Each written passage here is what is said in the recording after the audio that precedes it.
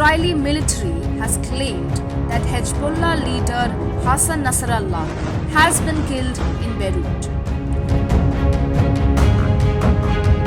Who was Nasrallah, and why was it so important for Israel to take him out? Hassan Nasrallah. For over 3 decades, this name has been synonymous with Hezbollah's rise in power and its fierce opposition to Israel. But who was the man behind the militant group? Born in 1960 to a poor Shiite family in the northern suburb of Beirut, Nasrallah was displaced to southern Lebanon during his youth. He studied theology and initially joined the Amal movement, a Shiite political and paramilitary organization, before becoming one of the Hezbollah's founding members. Formed by Iranian Revolutionary Guards in 1982, Hezbollah aimed to resist Israeli forces occupying Lebanon.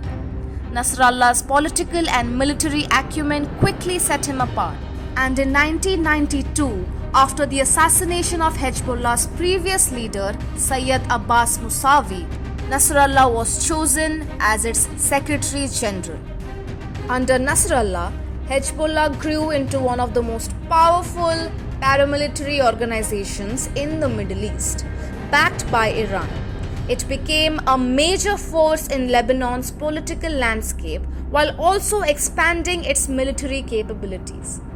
Nasrallah played a pivotal role in leading Hezbollah's war of attribution against Israel, which culminated in the withdrawal of Israeli forces from southern Lebanon in 2000 after 18 years of occupation.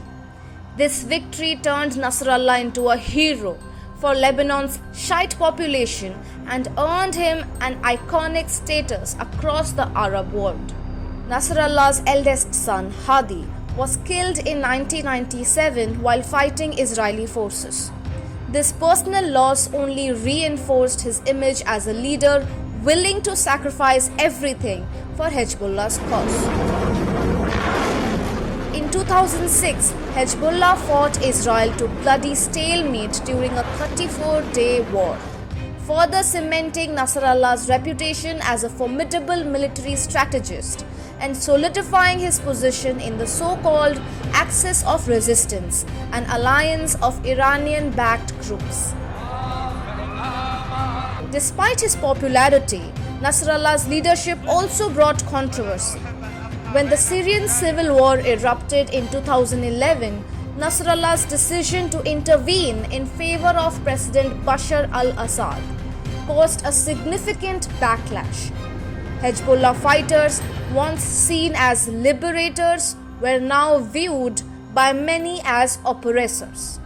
Fighting to prop up a brutal regime, Nasrallah's support for Assad weakened Hezbollah's standing in parts of the Arab world, particularly among Sunni Muslims, but he remained resolute, justifying the intervention as necessary to defend Lebanon from extremist groups. In more recent years, Nasrallah continued to position Hezbollah as a key player in regional conflicts. Following the outbreak of the Israel-Hamas war on October 7, Hezbollah opened a backup front along the Israel-Lebanon border, launching attacks on Israeli military posts. Nasrallah claimed that these strikes were drawing Israeli forces away from Gaza and pledged to continue until a ceasefire was reached. His speeches, filled with defiance, signaled that Hezbollah would not retreat even as tensions escalated with Israel. Throughout his leadership, Nasrallah largely lived in hiding, fearing an Israeli assassination attempt. Israel has targeted Hezbollah's strongholds in Beirut's southern suburbs multiple times, including a major airstrike on Hareth Reek that destroyed 6 buildings and killed dozens of people. Though unconfirmed, some reports suggest that Nasrallah himself was the target of that attack. feared in the West, but revered by his supporters. Nasrallah's legacy is one of the complexity. He transformed Hezbollah into a state within a state in Lebanon, turning the group into a military, political, and social power backed by Iran.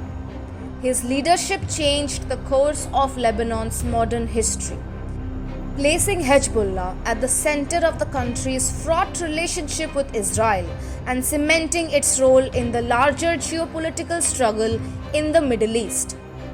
A Times Online report. Subscribe to our YouTube channel. Don't forget to like our videos and hit the bell icon to stay updated with the latest.